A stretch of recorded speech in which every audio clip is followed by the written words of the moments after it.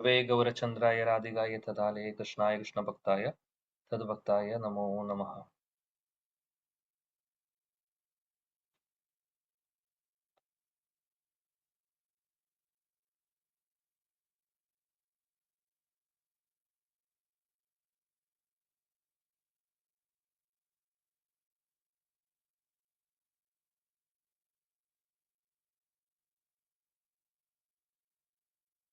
ഹരേ കൃഷ്ണ. പ്രിയപ്പെട്ട എല്ലാ ഭക്തർക്കും ഒരിക്കൽ കൂടി എൻ്റെ വിനീതമായ പ്രണാമം. കഴിഞ്ഞ ദിവസം, അതായത് ഇന്നലെ, നമ്മൾ 13-ാമത്തെ അധ്യായത്തിലെ 13-ാമത്തെ ശ്ലോകം വരെ പഠിച്ചു. ഇനി 14-ാമത്തെ ശ്ലോകം മുതൽ നമ്മൾ ഇന്ന് നോക്കാൻ പോകുന്നു. 14, 15, 16, 17 ഈ 4 ശ്ലോകങ്ങളിലായിട്ട് ശ്രീല ശുകദേവ് ഗോസ്വാമി പറയുന്നത് വിദുര മഹാത്മൻ എന്തിനാണ് ഹസ്തിനാപുരത്തിൽ തിരിച്ചു വന്നത് എന്നുള്ളത്, അദ്ദേഹത്തിന്റെ ഉദ്ദേശം എന്തായിരുന്നു എന്നുള്ളത്. അപ്പോൾ ഇനി ശരിക്കും ഈ ഒരു അധ്യായത്തിലെ ആ ഒരു കോർ സബ്ജക്റ്റിലേക്ക് നമ്മൾ ഇറങ്ങുന്നു. നമുക്ക് നോക്കാം 14-ാമത്തെ ശ്ലോകം. കാഞ്ചിത് കാലം അതാവാത്സീത് സത്കൃതോ ദേവവത് സുഖം ഭ്രാതുർജ്യേഷ്ഠസ്യ ശ്രേയസ്കൃത് സർവേഷാം സുഖമാവഹൻ. ഹരേ കൃഷ്ണ. ഞാൻ ചൊല്ലിക്കോട്ടെ പ്രഭുജി. ചൊല്ലു. ഓം നമോ ഭഗവതേ വാസുദേവായ. കഞ്ചിത് കാലമഥാ അവാസീത് സത്കൃതോ ദേവവത്സുഖം പ്രാതുർജ്യേഷ്ഠസ്യ ശ്രേയസ്കൃത് സർവേഷാം സുഖമാവഹൻ. വിവർത്തനം ഭാവാർത്ഥം ശ്രീല പ്രഭുപാദ് കി ജയ്. ഇപ്രകാരം ദൈവിക വ്യക്തിയെ പോലെ ബന്ധുജനങ്ങളാൽ സത്കരിക്കപ്പെട്ട വിതുരർ ജ്യേഷ്ഠ സഹോദരന്റെ മാനസികാവസ്ഥ നേരെയാക്കുന്നതിന് വേണ്ടി മാത്രം കുറച്ചുകാലം അവിടെ വസിച്ചു. അவ்விധം അദ്ദേഹം മറ്റുള്ളവർക്കും ആനന്ദമേകി. ഹരേ കൃഷ്ണ. ഹരേ കൃഷ്ണ. മഹാത്മാ വിതുരര് അദ്ദേഹം തിരിച്ചു വന്നതിന്റെ ഏറ്റവും പ്രധാനപ്പെട്ട ഉദ്ദേശം എന്ന് പറഞ്ഞു കഴിഞ്ഞാൽ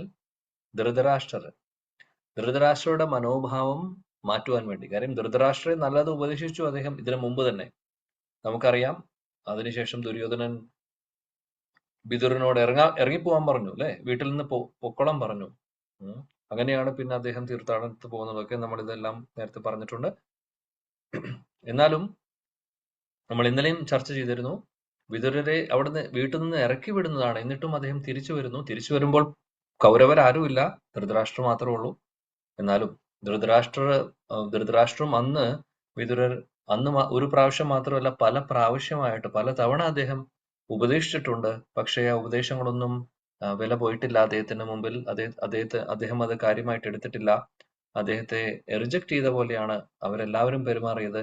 എന്നാൽ നോക്കൂ, വിതുര മഹാത്മന്റെ ആ ഒരു മഹാകാരുണ്യം, മഹാകൃപ, അദ്ദേഹത്തിന്റെ ജ്യേഷ്ഠ സഹോദരനോടുള്ള സ്നേഹം കൊണ്ട് അദ്ദേഹം തിരിച്ചു വരുവാണ്. എന്നിട്ട് അദ്ദേഹത്തിന്റെ ആ മനോഭാവം മാറ്റുവാൻ വേണ്ടി ശ്രമിക്കുന്നു. അപ്പോൾ അദ്ദേഹം തിരിച്ചു വരുവാനുള്ള പ്രധാനപ്പെട്ട കാരണം ഇത് തന്നെയാണ്.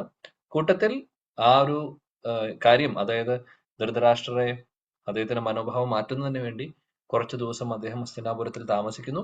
ആ കൂട്ടത്തിൽ അവിടെ ഉണ്ടായിരുന്ന എല്ലാവർക്കും അത് സന്തോഷകരമാണ്. കാര്യം എല്ലാവർക്കും സന്തോഷം കൊടുക്കുന്നു. അദ്ദേഹത്തിന്റെ വരവിലും അദ്ദേഹത്തിന്റെ സംഘത്തിലും എല്ലാവർക്കും ആ ഒരു വിതുരരെ പോലൊരു സാധുവിന്റെ ദർശനവും അതേപോലെ തന്നെ സംഘവും കിട്ടുവാണ്, അല്ലെ. അപ്പൊ എല്ലാവർക്കും തീർച്ചയായിട്ടും സന്തോഷം കൊടുക്കുന്ന കാര്യമാണ് അതെല്ലാം. ശിലപ്രഭുപാദി ഭാവാർത്ഥത്തിൽ പറയുന്നു, വിതുരരെ പോലുള്ള സാധുജനങ്ങളെ നമ്മൾ ദേവതമാരെ പോലെ കാണണം എന്നുള്ളത്. അതായത് പ്രഭുപാദ് പറയുന്നു, യുധിഷ്ഠിര മഹാരാജാവിന്റെ കാലത്ത് ദേവതമാരൊക്കെ ഇടയ്ക്ക് വരാറുണ്ട് കാണുവാൻ വേണ്ടി താഴോട്ട്. ഇന്നത്തെ കാലത്ത് അതൊന്നും നമ്മൾ കാണുന്നില്ല. എന്നാൽ അന്നത്തെ കാലത്ത് യുധിഷ്ഠിര മഹാരാജാവിന്റെ രാജ്യത്തേക്ക് ദേവതമാര് പോലും പലപ്പോഴും വരാറുണ്ട്. അതേപോലെ നമുക്കറിയാം, അർജുനൻ ഉപരിലോകങ്ങളിലേക്ക്, ദേവലോകങ്ങളിലേക്ക് പോയ കഥയെല്ലാം നമ്മൾ കേട്ടിട്ടുണ്ട്, അല്ലെ. അതേപോലെ പ്രഭുപാദ് ഇവിടെ നാരദമുനിയെ കുറിച്ച് പറയുന്നു. നാരദമുനിയാണെങ്കിൽ ഇടയ്ക്കിടയ്ക്ക് വരുന്നു. നാരദമുനി പലപ്പോഴും വരും, പാണ്ഡവരെ സന്ദർശിക്കാറുണ്ട്. നാരദമുനിക്ക് ഭൂമിയിൽ മാത്രമല്ല, സ്വർഗലോകങ്ങളിലേക്ക് പോവാം, ബ്രഹ്മലോകത്തിലേക്ക് പോവാം, ഈവൻ വൈകുണ്ഠത്തിലേക്കും പോവാം. എവിടെ വേണമെങ്കിലും പോവാനുള്ള ആക്സസ് ഉണ്ട് അദ്ദേഹത്തിന്. അപ്പോൾ പ്രഭുപാദ് ഇവിടെ സൂചിപ്പിക്കുന്നത് എന്താണെന്ന് വെച്ചാൽ, നാരദമുനി വരാറുള്ളപ്പോൾ യുധിഷ്ഠിര മഹാരാജാവിനെ കാണുവാൻ പലതവണയും വരാറുണ്ട്. അപ്പോഴൊക്കെ യുധിഷ്ഠിര മഹാരാജാവ് വളരെ ശ്രദ്ധയോടുകൂടി വളരെ ബഹുമാനത്തോടുകൂടി നാരദമുനിയെ സ്വീകരിക്കാറുണ്ട്. അതേപോലെ തന്നെ ദേവതമാർ വരുമ്പോഴും അങ്ങനെ തന്നെയാണ്. എല്ലാവിധ സൗകര്യങ്ങളും അവർക്ക് ചെയ്തു കൊടുക്കുന്നു. അതേപോലെ തന്നെ യുധിഷ്ഠിര മഹാരാജാവ് വിതുരര് വന്നപ്പോഴും എങ്ങനെയാണോ ദേവതമാർക്കും നാരദമുനിക്കും ആദരവ് കൊടുക്കുന്നതും അവരെ സ്വീകരിക്കുന്നതും അതേ രീതിയിൽ തന്നെയാണ് വിതുരര് വന്നപ്പോഴും ചെയ്തത് എന്നുള്ളതാണ് പ്രഭുപാദ് പറയുന്നത് ആദ്യത്തെ പാരഗ്രാഫിൽ. പിന്നീട് പ്രഭുപാദ് പറയുന്നു രണ്ടാമത്തെ പാരഗ്രാഫിൽ അദ്ദേഹം പറയുന്നത് വിതുര മഹാത്മൻ തിരിച്ചു വന്നതിന്റെ ഉദ്ദേശം ധൃതരാഷ്ട്രരെ അദ്ദേഹത്തിന് നല്ല ബുദ്ധി ഉപദേശിക്കാനാണ്. ധൃതരാഷ്ട്രർ നാണമില്ലാതെ അദ്ദേഹത്തിന്റെ മക്കളെ കൊന്ന ആളുകളുടെ കൂടെ താമസിക്കുന്നു. ആക്ച്വലി മക്കളെ കൊല്ലുക എന്ന് പറയുന്നത് അത് അവരുടെ ഇന്ദ്രിയ സുഖത്തിന് വേണ്ടി ചെയ്തിട്ടുള്ള കാര്യമല്ല. ഭഗവാന്റെ നിർദ്ദേശം ആയിരുന്നു അല്ലെ. യുധിഷ്ഠിര മഹാരാജാവിനും അർജുനനും താല്പര്യം ഉണ്ടായിരുന്നില്ല. താല്പര്യം ഉണ്ടായിരുന്നില്ല പറഞ്ഞാൽ അവർക്ക് ധർമ്മം എന്താണെന്ന് അറിയുന്നുണ്ടായിരുന്നില്ല.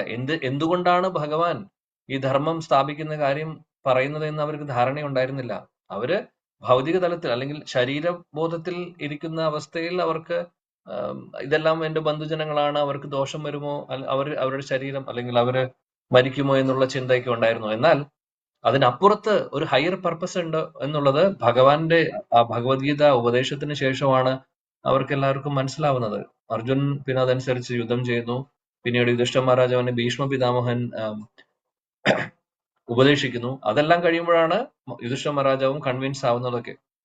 എന്നാൽ ഭഗവാന്റെ ആ ഒരു തീരുമാനം അല്ലെങ്കിൽ ഭഗവാന്റെ ഉദ്ദേശം എന്തായിരുന്നു എന്ന് വെച്ചാൽ ധർമ്മത്തെ സ്ഥാപിക്കുക, അധർമ്മം ഇല്ലാതാക്കുക എന്നുള്ളത്. അത് ഭഗവാന്റെ ഒരു ഡ്യൂട്ടിയാണ്. അത് അദ്ദേഹം ചെയ്യുന്നു. അതിന് ഉപകരണമായി പാണ്ഡവരെ അദ്ദേഹം ഉപയോഗിക്കുന്നു.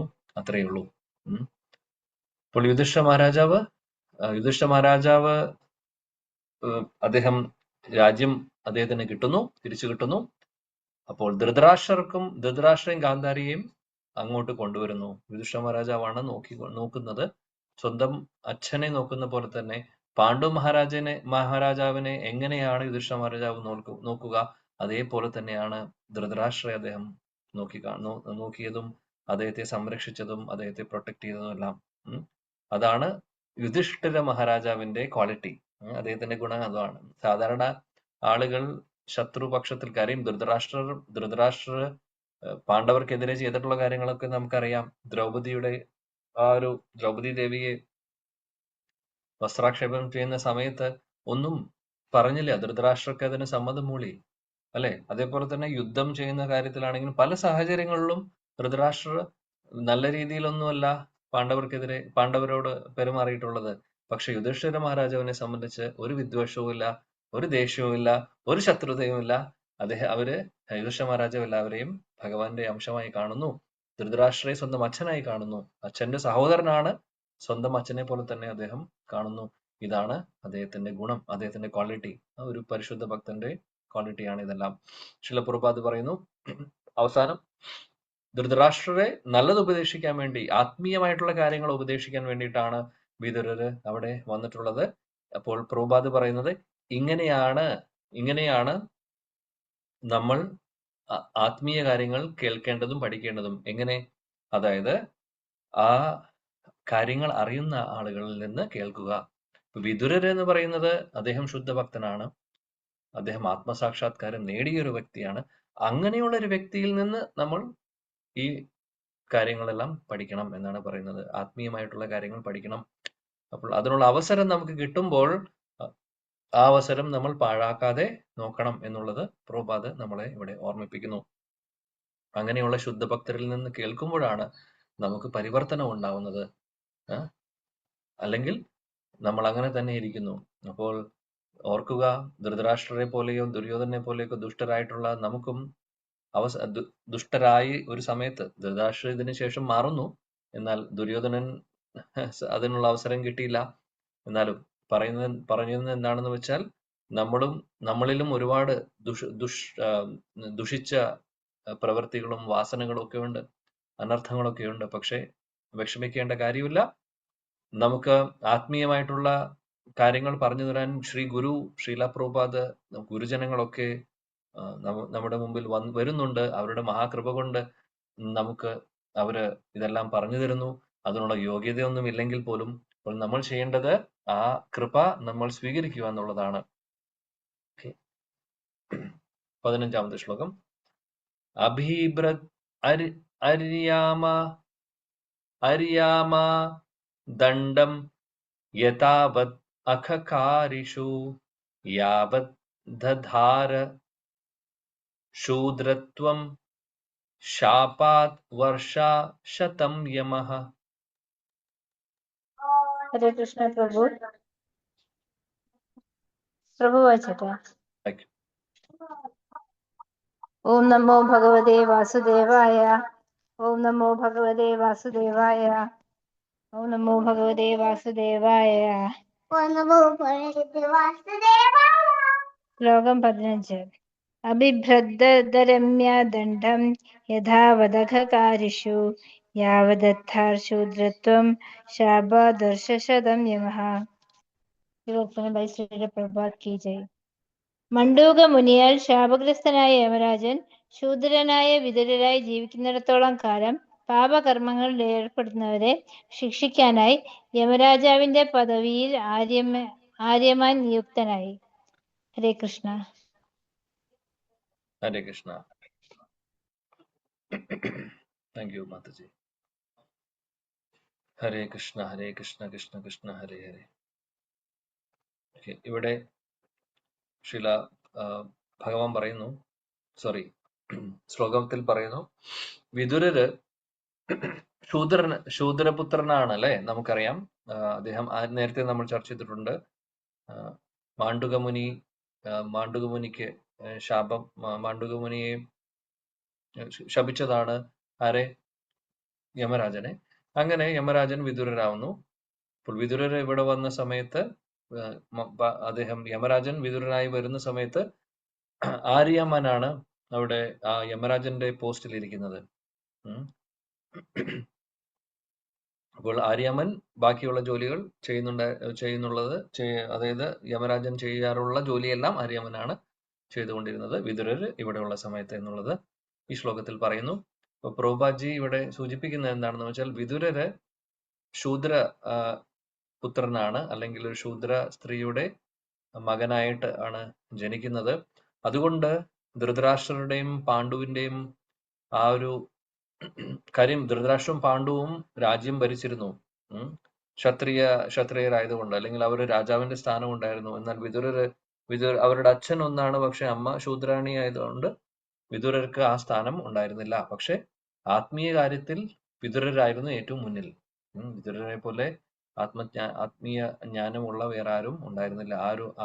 ആത്മസാക്ഷാത്കാരം നേടിയിട്ടുള്ളത് അതുപോലെ പരിശുദ്ധ ഭക്തനാണ് വിതുരർ. കാര്യം അദ്ദേഹം യമരാജനാണ്, മഹാജനാണ്, നമുക്കറിയാം.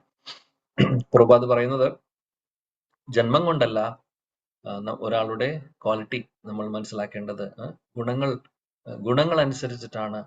ഇപ്പോൾ ശൂദ്രനായി ജനിച്ചു എന്ന് പറഞ്ഞതുകൊണ്ട് കാര്യമില്ല, അദ്ദേഹത്തിന് ആചാര്യനാവാനുള്ള എല്ലാ ക്വാളിറ്റിയും ഉണ്ട്. കാരണം എന്താണെന്ന് വെച്ചാൽ അദ്ദേഹം ഭഗവാന്റെ ഭക്തനാണ്.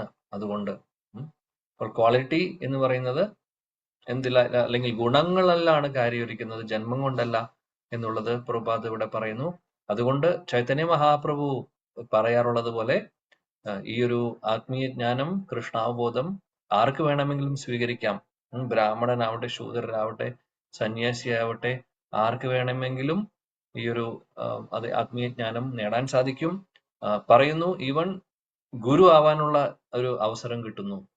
ഗുരു ആവാൻ പോലും സാധിക്കും. ശൂദ്രനായി ജനിച്ചാൽ പോലും ഗുരുവാവാനുള്ള ക്വാളിഫിക്കേഷൻ ആ വ്യക്തിക്ക് ഉണ്ടെങ്കിൽ, അതായത് ആത്മീയ ജ്ഞാനത്തിൽ, കൃഷ്ണാവബോധത്തിൽ നല്ല ജ്ഞാനവും അതിനുള്ള എല്ലാവിധ ക്വാളിറ്റീസും ഉള്ള ഒരു വ്യക്തിയാണെങ്കിൽ അദ്ദേഹത്തിന് ഗുരുവാവാം. അപ്പോൾ ജന്മം കൊണ്ടല്ല ഇതെല്ലാം. ഗുരുസ്ഥാനമാണെങ്കിലും അല്ലെങ്കിൽ ഗുരു എന്ന് പറയുമ്പോൾ ആത്മീയ ജ്ഞാനം മറ്റുള്ളവർക്ക് പറഞ്ഞു കൊടുക്കാനും, ദീക്ഷ അതായത് ശിഷ്യർക്ക് ദീക്ഷ കൊടുക്കുവാനും, അങ്ങനെ ഒരുപാട് വലിയ റെസ്പോൺസിബിലിറ്റിയാണ്. ആ റെസ്പോൺസിബിലിറ്റി ഒക്കെ, അല്ലെങ്കിൽ ആ ഒരു പൊസിഷനിലേക്ക് വരുവാൻ സാധിക്കും, അതിനുള്ള ക്വാളിറ്റി, അതിനുള്ള ഗുണങ്ങൾ അവർക്ക് ഉണ്ടെങ്കിൽ എന്നുള്ളതാണ് ഇവിടെ പറയുന്നത്. പിന്നീട് പ്രഭുപാദ് വിതുരരെ കുറിച്ച് ഒന്നും കൂടെ ഓർമ്മിപ്പിക്കുന്നു. അദ്ദേഹം യമരാജൻ തന്നെയാണ് എന്നുള്ളതും 12 മഹാജനങ്ങളിൽ ഒരു വ്യക്തിയാണ് അദ്ദേഹം എന്നുള്ളതൊക്കെ വീണ്ടും നമ്മളെ ഓർമ്മിപ്പിക്കുന്നു. നമ്മൾ ഇതിനു മുമ്പ് ചർച്ച ചെയ്തിട്ടുള്ള വിഷയങ്ങളാണ് ഇതൊക്കെ. പ്രഭുപാദ് പിന്നീട് ഒരു കാര്യം പറയുന്നു, ചില സമയത്ത് ഇതുപോലെ വിതുരരോ അല്ലെങ്കിൽ ഭഗവാന്റെ പരിശുദ്ധ ഭക്തര് പല റോളുകളും എടുക്കുന്നു. ഈവൻ ഭഗവാൻ പോലും ഭഗവാന്റെ കാര്യം തന്നെ നോക്കിക്കഴിഞ്ഞാൽ ഭഗവാൻ ചിലപ്പോൾ മത്സ്യരൂപത്തിൽ വരുന്നു, വരാഹ രൂപത്തിൽ വരുന്നു, അല്ലെ? അങ്ങനെ പല രൂപത്തിലും വരുന്നുണ്ട്. അതിന്റെ അർത്ഥം ഭഗവാൻ മൃഗമാണ് അല്ലെങ്കിൽ മൃഗത്തിന്റെ ക്വാളിറ്റീസോ അല്ലെങ്കിൽ ആ ഒരു ഗുണത്തിലുള്ള വ്യക്തിയാണോ? അല്ല. അദ്ദേഹം ഭഗവാനാണ്, പരിശുദ്ധ അല്ലെങ്കിൽ അദ്ദേഹം പരമദൈവത്വമ പുരുഷൻ ഭഗവാനാണ്. അദ്ദേഹത്തിന്റെ ആ ഭഗവാൻ എന്ന് പറയുന്ന പൊസിഷൻ ഒരിക്കലും മാറുന്നില്ല. അദ്ദേഹം വരാഹദേവനായി വരുമ്പോഴോ മത്സ്യ അവതാരത്തിലോ കൂർമാവതാരത്തിലോ അതെല്ലാം അവതാരങ്ങളാണ് ഭഗവാന്റെ. അതേപോലെ തന്നെയാണ് പ്രഭുപാദ് പറയുന്നത് ഇവിടെ ഭഗവാന്റെ ശുദ്ധഭക്തരും ഇതേപോലെ പല റോളുകളും എടുക്കുന്നു. ഇപ്പോൾ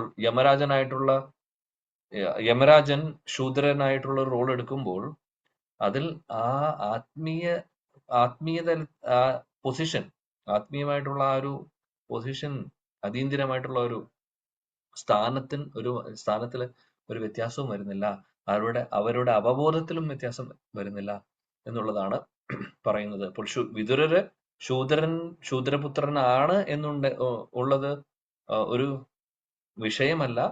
അദ്ദേഹം ബ്രാഹ്മണനേക്കാൾ ശ്രേഷ്ഠനായിട്ടുള്ള അദ്ദേഹം ഒരു പരിശുദ്ധ വൈഷ്ണവനാണ് എന്നുള്ളതാണ് പ്രഭുപാദ് പറയുന്നത്. അപ്പോൾ ശൂദ്രപുത്രനാണ് എന്ന് പറയുന്നതിൽ അർത്ഥമൊന്നുമില്ല, മറിച്ച് അദ്ദേഹം ഭഗവാന്റെ ശുദ്ധഭക്തനാണ് എന്നുള്ളത് പറയുന്നു. അതുകൊണ്ടാണ് മഹാപ്രഭുവും പറയാറുള്ളത്, നാഹം വിപ്രോ ന ച നരപതി നാഹി വൈശ്യോ ന ശൂദ്രോ നാഹം വർണ്ണി ന ച ഗൃഹപതി. അതായത് ഞാൻ ഒരു വർണ്ണത്തിലുള്ള വ്യക്തിയല്ല, ഒരു ആശ്രമത്തിലുള്ള വ്യക്തിയല്ല.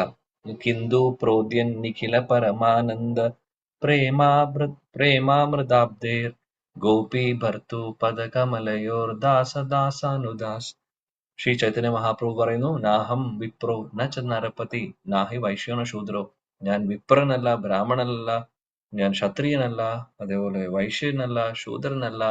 നാഹം ഇനി ആശ്രമത്തിലെ ഞാൻ സന്യാസിയല്ല, അതേപോലെ വാനപ്രസ്ഥിയല്ല, ഗൃഹസ്ഥനുമല്ല, ബ്രഹ്മചാരിയുമല്ല. ഹിന്ദു പ്രോദ്യൻ നിഖില പരമാനന്ദ പ്രേമാമൃതാബ്ദിർ ഗോപി ഭർത്തു പദകമലയോ ദാസദാസൻ. ഞാൻ ആ ഭഗവാൻ ഗോപികമാരുടെ എല്ലാമായിട്ടുള്ള ഭഗവാന്റെ ദാസനാണ്. അതാണ് എന്റെ പൊസിഷൻ എന്ന് പറയുന്നു. അപ്പോൾ ഈ പൊസിഷൻസ് എല്ലാം ശൂദ്രനോ അല്ലെങ്കിൽ ബ്രാഹ്മണനോ എന്നുള്ളതൊന്നും കാര്യമില്ല. ഭഗവാന്റെ ദാസനാവുക, ഭഗവാന്റെ ശുദ്ധഭക്തനാവുക എന്നുള്ളതാണ് കാര്യം. അതിലാണ് കാര്യം ഇരിക്കുന്നത്. അതാണ് നമ്മുടെ ഐഡന്റിറ്റി, അല്ലാതെ ബാക്കിയെല്ലാം വിഷയമല്ല. അടുത്ത ശ്ലോകം 16. യുധിഷ്ഠിരോ ലബ്ധരാജ്യോ ദൃഷ്ട്വാ പൗത്രം കുലന്ധരം ഭ്രാതൃഭിർലോകപാലാഭിർമുമുദേവ് പരയാശ്രിയ. രേഷ പ്രഭുജി വായിച്ചോട്ടെ. ശ്ലോകം 16. ഓം നമോ ഭഗവതേ വാസുദേവായ. യുധിഷ്ഠിരോ ലബ്ധരാജ്യോ ദൃഷ്ടോ പൗത്രം കുലന്ധരം പ്രാതൃഭിർലോകപാലാഭൈർമുമതേ പരയാശ്രിയ.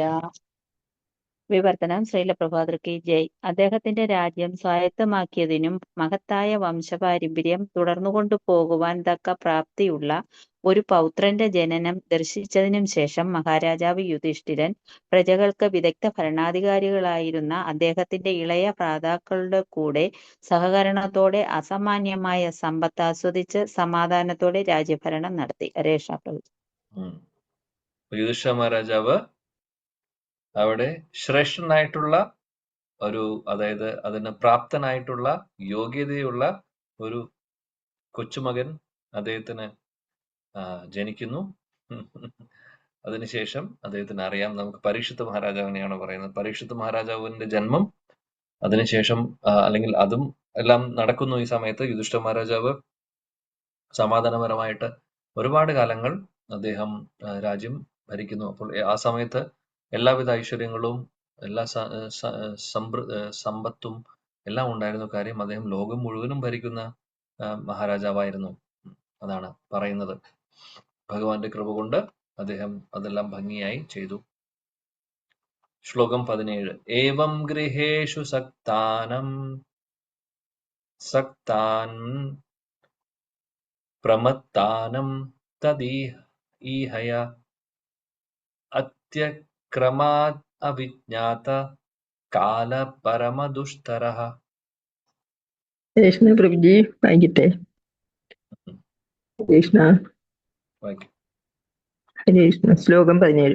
ഓം നമോ ഭഗവതേ വാസുദേവായ. ഏവം ഗൃഹേഷു സക്താനാം പ്രമത്താനാം തദീഹയ അത്യക്രാമദവിജ്ഞാത കാല പരമദുസ്തരഃ. വിവർത്തനം ശ്രീല പ്രഭുപാദ കി ജയ്. കുടുംബകാര്യങ്ങളിൽ അത്യധികമായി സക്തരായവരെയും അവരുടെ ചിന്തകളിൽ സദാ ആമഗ്നരായവരെയും വെല്ലാൻ സാധ്യമല്ലാത്ത ശാശ്വതമായ കാലം അഗോചരമായി അതിക്രമിച്ച് കീഴ്പ്പെടുത്തുന്നു. ഹരേ കൃഷ്ണ പ്രഭുജി. അവിജ്ഞത സമയത്തെക്കുറിച്ച്, കാലത്തെക്കുറിച്ച് പറയുന്നു. അത്യക്രമാത് അവിജ്ഞത കാല പരമദുഷ്തര. ഈ കാലം എന്ന് പറയുന്നത്, സമയം എന്ന് പറയുന്നത് നമുക്കൊന്നും ചെയ്യാൻ സാധിക്കില്ല. സമയം ആളുകളെ കീഴ്പ്പെടുത്തുന്നു, അല്ലെ? ശരിക്കും പറയുകയാണെങ്കിൽ സമയമാവുന്ന ആ വലിയൊരു സർപ്പം ഇങ്ങനെ വായയും തുറന്നിരിക്കുകയാണ്. അല്ലെങ്കിൽ നമ്മളെ വിഴുങ്ങാൻ വേണ്ടി ഓരോ നിമിഷവും നമ്മളിൽ കഴിയുമ്പോൾ ആക്ച്വലി നമ്മൾ മരണത്തിലോട്ട് അടുത്തുകൊണ്ടിരിക്കുകയാണ്. ശരിക്കും സമയം നമ്മളെ ശരിക്കും പറയുകയാണെങ്കിൽ പൂർണ്ണമായും കീഴ്പ്പെടുത്തുന്നു. ശ്ലോകത്തിൽ പറയുന്നു, ഈ സമയം എങ്ങനെയുള്ളവരെയാണ് കീഴ്പ്പെടുത്തുന്നത്? അവര് കീഴ്പ്പെട്ടു പോകുന്നത് ഭക്തരല്ലാത്തവര്. ഇവിടെ ഉദ്ദേശിക്കുന്നത് ഏവം ഗൃഹേഷു, അതായത് ഗൃഹസ്ഥാശ്രമത്തിൽ ഇരിക്കുന്നവര്, ഫാമിലിയിൽ ഇരിക്കുന്നവര്, സക്താനാം, അതായത് ഒരുപാട് ആളുകൾ, കുടുംബത്തിലുള്ള ആളുകളോടുള്ള ആസക്തിയും കുടുംബത്തോടുള്ള ആസക്തിയും ആ ഒരുപാട് ആസക്തി, ഭൗതികമായിട്ടുള്ള ആസക്തികൾ ഗൃഹസ്ഥരായിട്ടിരിക്കുമ്പോഴുണ്ടെങ്കിൽ അങ്ങനെയുള്ളവരെ ഈ സമയം വന്ന് വിഴുങ്ങും. സംശയമില്ല എന്നുള്ളത്. കാര്യം അവർക്ക് ഭഗവാനെ കുറിച്ച് ചിന്തിക്കുവാനോ ഭക്തിയുത സേവനങ്ങൾ ചെയ്യുവാനുള്ള സമയമോ അതിനുള്ള മാനസികാവസ്ഥയോ ചിന്താഗതിയോ ഇല്ല. കാര്യം അവര് ഭൗതികമായിട്ടുള്ള സ്നേഹബന്ധങ്ങൾ, ബന്ധുജനങ്ങൾ, വീട്ടുകാര്, അതിൽ വ്യാപൃതരായിട്ടിരിക്കുകയാണ്. സമയമില്ല വേറൊന്നിനും അവർക്ക്. പൂർണ്ണമായിട്ടും അതിൽ അറ്റാച്ച്മെന്റോടുകൂടെ പൂർണ്ണമായിട്ട് അറ്റാച്ച്ഡ് ആയിട്ടിരിക്കുകയാണ്, ഇത്രമാത്രം ആസക്തരായിട്ടിരിക്കുകയാണ്. അങ്ങനെയുള്ളവരെ സമയം വന്ന് കീഴ്പ്പെടുത്തും, ഒരു സംശയവുമില്ല എന്നുള്ളത് ഈ ശ്ലോകത്തിൽ പറയുകയാണെങ്കിൽ ഇത് ശരിക്കും പറയുകയാണെങ്കിൽ യുധിഷ്ഠിര മഹാരാജാവിനെ ഉദ്ദേശിക്കുന്നില്ല. യുധിഷ്ഠിര മഹാരാജാവ് പരിശുദ്ധ ഭക്തനാണ്, അദ്ദേഹത്തെ സമയം ഇൻഫ്ലുവൻസ് ചെയ്യുന്നില്ല. കാര്യം പരിശുദ്ധ ഭക്തർക്ക്, ഭഗവാന്റെ ഭക്തർക്ക് സമയം ഒരു വിഷയമല്ല. അവരെ സംബന്ധിച്ച് എത്രയും പെട്ടെന്ന് ഭഗവാന്റെ അടുത്തോട്ട് പോവുക എന്നുള്ളതാണ് അവരുടെ ആഗ്രഹം. അപ്പോൾ മരണം എന്ന് പറയുന്നത് അവർക്ക് വിഷമം ഉണ്ടാക്കുന്ന കാര്യമല്ല, മറിച്ച് അത് ഭഗവാന്റെ അടുത്തേക്ക് എത്താനുള്ള കാര്യം. നല്ല രീതിയിൽ ഭക്തി സേവനങ്ങൾ ചെയ്യുന്ന ഒരു വ്യക്തിയാണെങ്കിൽ അവർക്ക് ഉറപ്പാണ് അവർ ഭഗവാന്റെ അടുത്തേക്ക് പോകുമെന്നുള്ളത്. അല്ലെങ്കിൽ ഭഗവാൻ ഇനി നല്ല രീതിയിൽ ഭക്തി ചെയ്യുവാനുള്ള ഒരു അവസരം ഇനി അടുത്ത ജന്മത്തിൽ തരുമെന്നുള്ള ഒരു പൂർണ്ണമായിട്ടും ഒരു കോൺഫിഡൻസ് അവർക്കുണ്ട്. അങ്ങനെയുള്ളവർക്ക് മരണം എന്ന് പറയുന്ന ഒരു വിഷയമല്ല, പേടിയുമില്ല. മറ്റുള്ളവർക്ക് അതൊരു വലിയൊരു പ്രശ്നവുമാണ്. മാത്രമല്ല വലിയൊരു, നമ്മളെ സംബന്ധിച്ച് ഒരു വലിയൊരു തടസ്സമാണ് ശരിക്കും. കാര്യം ഇന്ദ്രിയ സുഖങ്ങൾ ഇങ്ങനെ എൻജോയ് ചെയ്യുന്ന ആളുകൾക്ക് മരണം എന്ന് പറയുന്നത് വലിയൊരു പേടിയാണ്. കാര്യം എൻജോയ്മെന്റ് നിൽക്കുമല്ലോ, ഇനി എൻജോയ് ചെയ്യാൻ സാധിക്കില്ല, ആ ഒരു പേടി. അതുകൊണ്ട് ഇഷ്ടമല്ല ആർക്കും മരിക്കുക എന്ന് പറയുന്നത്. കാര്യം അത്രമാത്രം ആസക്തരായിട്ടുള്ളവര്, ഈ കുടുംബ ജീവിതത്തിൽ ആസക്തരായിട്ടുള്ളവരുടെ കാര്യമാണ് ഇവിടെ പറയുന്നത്. അപ്പോൾ അങ്ങനെയുള്ള ഒരു അവസ്ഥയിലാണ് ആരിയിരിക്കുന്നത്? ധൃതരാഷ്ട്രർ ഇരിക്കുന്നത്. അപ്പോൾ ധൃതരാഷ്ട്ര കണ്ണുകൾ തുറപ്പിക്കാൻ വേണ്ടിയിട്ടാണ് വിതുരര് ഇവിടെ വന്നിട്ടുള്ളത്. പ്രഭുപാദ് ഇവിടെ ഭാവാർത്ഥത്തിൽ പറയുന്നു. ഓക്കെ, ആരെങ്കിലും, ഞാൻ റിക്വസ്റ്റ് ചെയ്യുന്നു, ആരെങ്കിലും ഒരാൾ വായിക്കൂ ആദ്യത്തെ പാരഗ്രാഫ്, ഭാവാർത്ഥം. ഹരേ കൃഷ്ണ പ്രഭു. ഹരേ കൃഷ്ണ. ഞാൻ ഇപ്പോൾ സന്തോഷവാനാണ്. എനിക്ക് എല്ലാം വരുതിയിലുണ്ട്. എന്റെ ബാങ്ക് നിക്ഷേപം തികച്ചും പര്യാപ്തമാണ്. എന്റെ മക്കൾക്ക് വേണ്ടുവോളം ഭൂസ്വത്തുക്കൾ നൽകാൻ എനിക്കിപ്പോൾ കഴിയും. വിജയം കൈവരിച്ചവനാണ് ഞാനിപ്പോൾ. പാവപ്പെട്ട സന്യാസി യാചകന്മാർ ഭഗവാനെ ആശ്രയിക്കുന്നു, എന്നാൽ അവർ യാചിക്കാനായി എന്റെ അടുക്കൽ വരുന്നു. ആകയാൽ ഞാൻ പരമപുരുഷനായ ഭഗവാനേക്കാൾ വലിയവനാണ്. ഭ്രാന്തമായി ആസക്തനായ ഒരു കുടുംബസ്ഥന്റെ ഗ്രസിക്കുന്ന ചില ചിന്തകളാണിവ. ശാശ്വതമായ കാലത്തിന്റെ കടന്നുപോക്കിനെ ഹരേ കൃഷ്ണ. ഒരു മിനിറ്റ് ഒന്ന് പോസ് ചെയ്യണം മാതാജി, ഞാനൊന്ന് പറയട്ടെ. അപ്പൊ നോക്കൂ, ഇവിടെ പ്രഭുപാദ് പറയുന്ന പല ആളുകളുടെയും അവസ്ഥ, അതായത് ചിന്തിക്കുന്ന രീതി, എന്റെ കയ്യിൽ എല്ലാം ഉണ്ട്, എല്ലാ സൗകര്യങ്ങളും ഉണ്ട്, എനിക്ക് സന്തോഷം, കാര്യം പൈസ കൂടുതലുണ്ടെങ്കിൽ സന്തോഷമുണ്ട് എന്ന് പറയും അല്ലെ. ജീവിതം സക്സസ് ആണെന്ന് പറയുന്ന ആളുകൾ ഒരുപാട് പൈസ നമ്മുടെ ബാങ്കിൽ വരുമ്പോൾ, ഒരുപാട് സമ്പത്ത് നമ്മളിൽ വരുമ്പോൾ, സുഖ സൗകര്യങ്ങൾ വരുമ്പോൾ നമ്മൾ പറയുന്നു നല്ല ജീവിതം. ആക്ച്വലി അതല്ല നല്ല ജീവിതം. തെറ്റിദ്ധാരണയാണ് നമ്മുടെ ഓരോരുത്തരുടെയും. പൈസയിലല്ല കാര്യം ഇരിക്കുന്നത്. പൈസയിൽ ഒന്നുമില്ല, ഇന്നുണ്ട് നാളെ ഇല്ല. ഓക്കെ, നമുക്ക് ആവശ്യമുണ്ട് ജീവിക്കാൻ വേണ്ടി, അല്ലാതെ അതിനപ്പുറത്ത് ഒരു സന്തോഷവും പൈസ തരാൻ പോകുന്നില്ല. ആത്മീയമായിട്ടുള്ള ആനന്ദം എന്ന് പറയുന്നത് അതാണ് ശരിയായിട്ടുള്ള സന്തോഷം. എന്നാൽ പ്രഭുപാദ് ഇവിടെ പറയുന്നു, പല ആളുകളും ഇതാണ് എല്ലാം എന്ന് വിചാരിച്ചുകൊണ്ട് അവസാനം ഭഗവാനെ പോലും ചലഞ്ച് ചെയ്യുന്നു. എല്ലാവരും എന്നെ ആശ്രയിക്കുന്നു, എന്റെ കയ്യിൽ ഒരുപാട് കാര്യങ്ങളുണ്ട്, സമ്പത്തുണ്ട്, എല്ലാവരും എന്നെ ആശ്രയിക്കുന്നു, ഞാൻ ഭഗവാനെ പോലെയാണെന്നുള്ള ചിന്തയൊക്കെ ആളുകൾക്ക് വരുന്നു. പ്രഭുപാദ് പറയുന്നു, ഒരുപാട് ഈ കുടുംബ ജീവിതത്തിൽ കുടുംബത്തോടുള്ള ആസക്തി ഉള്ളവർക്ക് അവരുടെ ചിന്താഗതിയോ ഒരുപക്ഷെ കുറെ കഴിയുമ്പോൾ ഇങ്ങനെയൊക്കെ ആവുമെന്ന് പറയാം. ഓക്കെ, അടുത്ത വായിക്കൂ ബാക്കി. കൃഷ്ണ. ഭ്രാന്തമായി ആസക്തനായ ഒരു കുടുംബസ്ഥന്റെ ഗ്രസിക്കുന്ന ചില ചിന്തകളാണിവ. ശാശ്വതമായ കാലത്തിന്റെ കടന്നുപോക്കിനെ കുറിച്ച് അന്ധനാണയാൾ. നമ്മുടെ ജീവിത ദൈർഘ്യം അളന്നു കുറിച്ചിട്ടുള്ളതാണ്. പരമേശ്വരയാൽ കൽപ്പിച്ചു നൽകപ്പെട്ട നിശ്ചിത സമയത്തിൽ ഒരു നിമിഷം പോലും വർദ്ധിപ്പിക്കാൻ ആർക്കും സാധ്യമല്ല.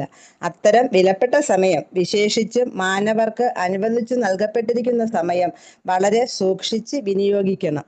എന്തുകൊണ്ടെന്നാൽ അഗോചരമായി കടന്നുപോകുന്ന ഒരു നിമിഷം പോലും വളരെയധികം കഠിന പ്രയത്നം ചെയ്ത് സ്വരുക്കൂട്ടിയ ആയിരക്കണക്കിന് സ്വർണ്ണ നാണയം പകരമായി പോലും തിരിച്ച് ലഭിക്കുകയില്ല. ജനന മരണങ്ങളുടെ ആവർത്തനം, 84,000 വ്യത്യസ്ത ജീവിവർഗങ്ങളുടെ ചക്രത്തിലുള്ള ഭ്രമണം എന്നീ ജീവിത പ്രശ്നങ്ങൾക്ക് ആത്യന്തികമായ പരിഹാരം കാണുവാൻ ഉദ്ദേശിച്ചിട്ടുള്ളതാണ് മനുഷ്യ ജീവിതത്തിലെ ഓരോ നിമിഷവും. ജനനം, മരണം, രോഗം, വാർദ്ധക്യം എന്നിവയ്ക്ക് വിധേയമായ ഭൗതിക ശരീരമാണ് ജീവസത്തകളുടെ എല്ലാ ദുരിതങ്ങൾക്കും കാരണം. അല്ലാത്ത പക്ഷം ജീവസത്ത സനാതനനാണ്. അവൻ ഒരിക്കലും ജനിക്കുന്നില്ല, മരിക്കുന്നുമില്ല. മൂഢന്മാർ ഈ പ്രശ്നത്തെ വിസ്മരിക്കുന്നു. ജീവിത പ്രശ്നങ്ങളെ എങ്ങനെ പരിഹരിക്കണമെന്ന് അവർക്ക് അറിയുകയേയില്ല. ശാശ്വതമായ കാലം അഗോചരമായി കടന്നു പോകുന്നുവെന്നും ജനന മരണ ആവർത്തന ചക്രം, രോഗം, വാർദ്ധക്യം എന്നീ ജീവിതത്തിന്റെ വലിയ പ്രശ്നങ്ങൾക്ക് യാതൊരു പരിഹാര മാർഗവുമില്ലാതെ അവരുടെ നിർദ്ദിഷ്ട ജീവിതായുസ് അനുനിമിഷവും ചുരുങ്ങുന്നുവെന്നുമുള്ള വസ്തുത മനസ്സിലാക്കാതെ അവർ താൽക്കാലികമായ കുടുംബകാര്യങ്ങളിൽ ആമഗ്നരായിരിക്കുന്നു. ഇതാണ് മായ എന്ന് പറയുന്നത്. ഹരേ കൃഷ്ണ. ഇവിടെ പറയുന്നു ശീലപ്രഭാതം എന്തുകൊണ്ട് ഈ പാരഗ്രാഫ് വായിച്ചു എന്ന് പറഞ്ഞാൽ, നമുക്ക് പ്രഭാത് ഒന്നും കൂടെ ഓർമ്മിപ്പിക്കുന്നു. ഈ വിഷയങ്ങളൊക്കെ നമ്മൾ പലപ്പോഴും ചർച്ച ചെയ്യുന്നതാണ്, എന്നാൽ എത്ര കേട്ടാലും ആ ഒരു ബോധത്തിലേക്ക് നമ്മൾ വരുന്നില്ല എന്നുള്ളതാണ്. ഇപ്പൊ ഇവിടെ വീണ്ടും പ്രഭാത് നമ്മളെ ഓർമ്മിപ്പിക്കുന്നു, ജീവിതത്തിൽ നമുക്ക് ഭഗവാൻ തന്നിട്ടുള്ള ഓരോ നിമിഷവും ഒരു സെക്കൻഡും വിലപ്പെട്ടതാണ് എന്നുള്ളത്. ഒരു നിമിഷം പോലും പാഴാക്കാൻ നമ്മുടെ കയ്യിലില്ല. കാര്യം നഷ്ടപ്പെട്ട സമയം ഒരിക്കലും തിരിച്ചെടുക്കാൻ സാധിക്കില്ല. അതാണ് മനുഷ്യജന്മം എന്ന് പറയുന്നത് ഒരുപാട് വിലപ്പെട്ടതാണ്. ദുർലഭം മാനുഷം ജന്മ, ദുർലഭമാണ് മനുഷ്യജന്മം എന്ന് പറയുന്നത്. ലബ്ധ്വാ സുദുർലഭം ഇതം ബഹു സംഭവാന്തേ.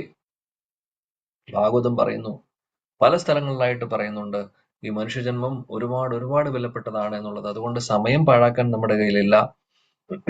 ഓരോ നിമിഷവും വിലപ്പെട്ടതാണ്. അപ്പോൾ പ്രഭുപാദ് പറയുന്നത്, നമ്മൾ വേണ്ട രീതിയിൽ ഉപയോഗിച്ചില്ലെങ്കിൽ, പാഴാക്കി കളഞ്ഞു കഴിഞ്ഞാൽ വലിയൊരു നഷ്ടമാണ് നമുക്ക് സംഭവിക്കുന്നത് എന്നുള്ളത്. ഇനി ഒരു മനുഷ്യജന്മം കിട്ടുമോ എന്നുള്ളത് അറിയില്ല. 84 ലക്ഷം യോനികളിൽ നമ്മൾ മാറി മാറി സഞ്ചരിച്ച് അവസാനം ഭഗവാന്റെ കൃപ കൊണ്ട് ഇപ്പോൾ മനുഷ്യജന്മം കിട്ടിയിട്ടുണ്ട്. മാത്രമല്ല ഭഗവത് സേവനങ്ങൾ ഭക്തി സേവനങ്ങൾ ചെയ്യുവാനുള്ള ഒരു അവസരവും നമുക്ക് കിട്ടിയിട്ടുണ്ട്. ഭഗവാന്റെ തിരുനാമം ചൊല്ലാനുള്ള ഒരു അവസരമുണ്ട്. ഭാഗവതം കേൾക്കുവാനും പഠിക്കുവാനും വായിക്കുവാനുമുള്ള ചർച്ച ചെയ്യാനുള്ള അവസരം തന്നിട്ടുണ്ട്. ഇനി എന്താണ് ഇതിനും വലിയ സൗഭാഗ്യം നമ്മുടെ ജീവിതത്തിൽ നടക്കാനുള്ളത്? ഏറ്റവും വലിയ സംഭവമാണ് നടക്കുന്നത്, ഇപ്പോൾ നടന്നുകൊണ്ടിരിക്കുന്നത്. ഞാൻ പറയുന്നത് അറ്റ്ലീസ്റ്റ് നമ്മൾ ഇവിടെ ഈ ക്ലാസ്സിലിരിക്കുന്ന എല്ലാവർക്കും ഭഗവാൻ അതിനൊരു അവസരം തന്നിരിക്കുകയാണ്. വരിഷ്ഠരായിട്ടുള്ള ഭക്തരുടെ കാരുണ്യം കൃപയും കൊണ്ടൊക്കെ ഇങ്ങനെ സംഭവിച്ചിട്ടുള്ളതാണ്. അപ്പോൾ ഈ ഒരു അവസരം പാഴാക്കരുത്, വിഡ്ഢികളെ പോലെ സമയം പാഴാക്കരുത് എന്നുള്ളതാണ് പ്രഭുപാദ് ഇതിലൂടെ ഓർമ്മിപ്പിക്കുന്നത്. കാര്യം ഈ ജന്മ മരണ ഈ ചക്രത്തിൽ നമ്മൾ പെട്ട് വലഞ്ഞുകൊണ്ടിരിക്കുകയാണ്. എത്രയോ കോടാനുകോടി ജന്മജന്മാന്തരങ്ങളായി മായയുടെ പിടിയിൽപ്പെട്ടിരിക്കുന്നു. പുറത്തു വരാനുള്ള സമയം അതിക്രമിച്ചു. പുറത്തു വരാനുള്ള മാർഗമാണ് നാമവും ഭാഗവതവും എല്ലാം.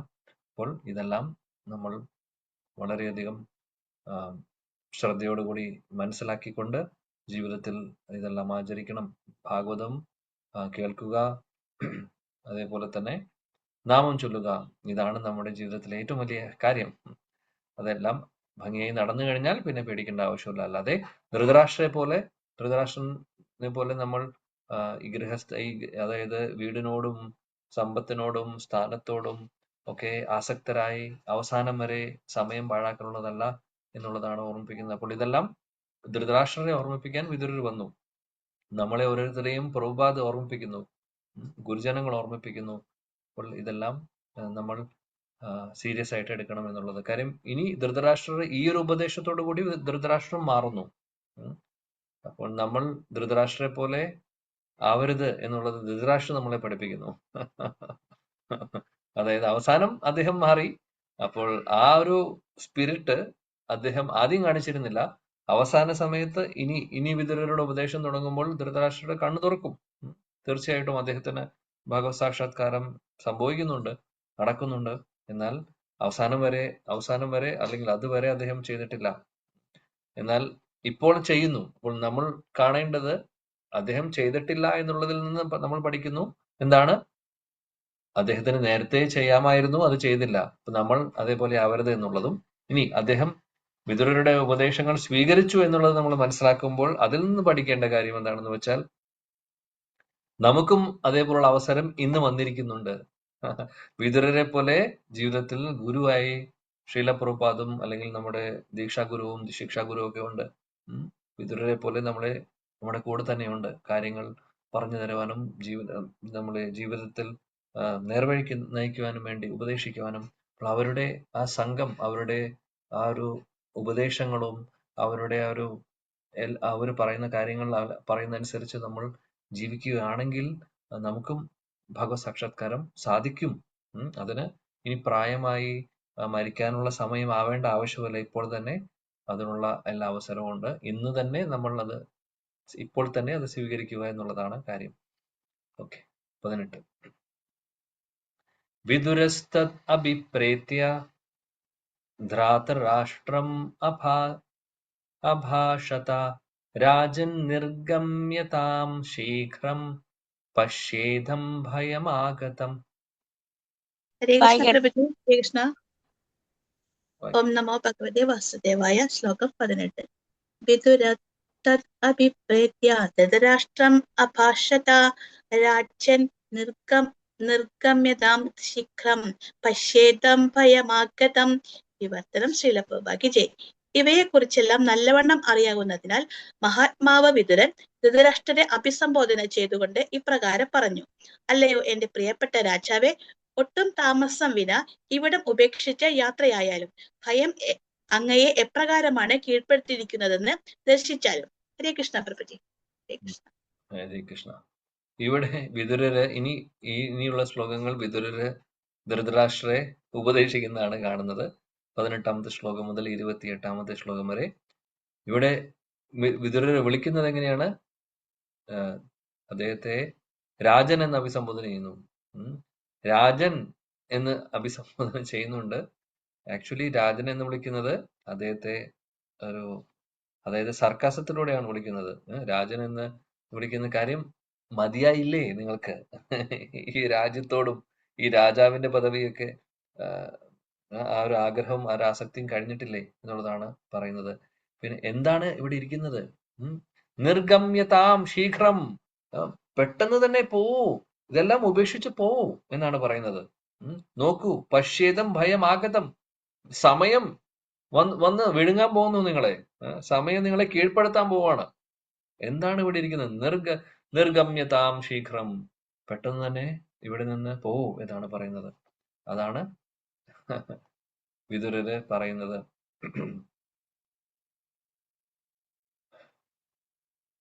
ഇവിടെ ഒരു കാര്യം ഉണ്ട്, ഭയമാഗതം. ഇപ്പൊ സമയം നമ്മൾ കീഴ്പ്പെടുത്തുന്നു. ഇപ്പൊ സമയം, ആളുകൾക്ക് ഒരു ഭയമുണ്ട് അല്ലെ? പല രീതിയിലുള്ള ഭയമാണ് ഉള്ളത്. ഒന്ന്, ഇതെല്ലാം ഇതിനോടുള്ള ആസക്തി ഉള്ളപ്പോൾ, സാധനങ്ങളോടും സ്ഥാനത്തോടും ഒക്കെ ആസക്തി ഉള്ളപ്പോൾ നമുക്ക് അത് വിടാനുള്ള, അത് ഉപേക്ഷിക്കാനുള്ള ഒരു മടി, അതുകൊണ്ട് നമുക്ക് താല്പര്യമില്ല. പക്ഷെ പേടി എന്ന് പറയുന്ന ഒരു സംഭവമുണ്ട്. പേടി എന്ന് പറയുന്നത് ഇതൊക്കെ നഷ്ടപ്പെടുമോ എന്നുള്ള പേടി, അതൊരു പേടി. രണ്ടാമത്തെ വേറൊരു ടൈപ്പ് ഓഫ് പേടി എന്താണെന്ന് വെച്ചാൽ, അതായത് ഇത് വേറെ ടൈപ്പ് ഓഫ് പേടിയാണ് പറയുന്നത്. ഞാനില്ലെങ്കിൽ വീട്ടിലുള്ളവർക്ക് എങ്ങനെയായിരിക്കും, ആരുണ്ട് എന്നുള്ള പേടി.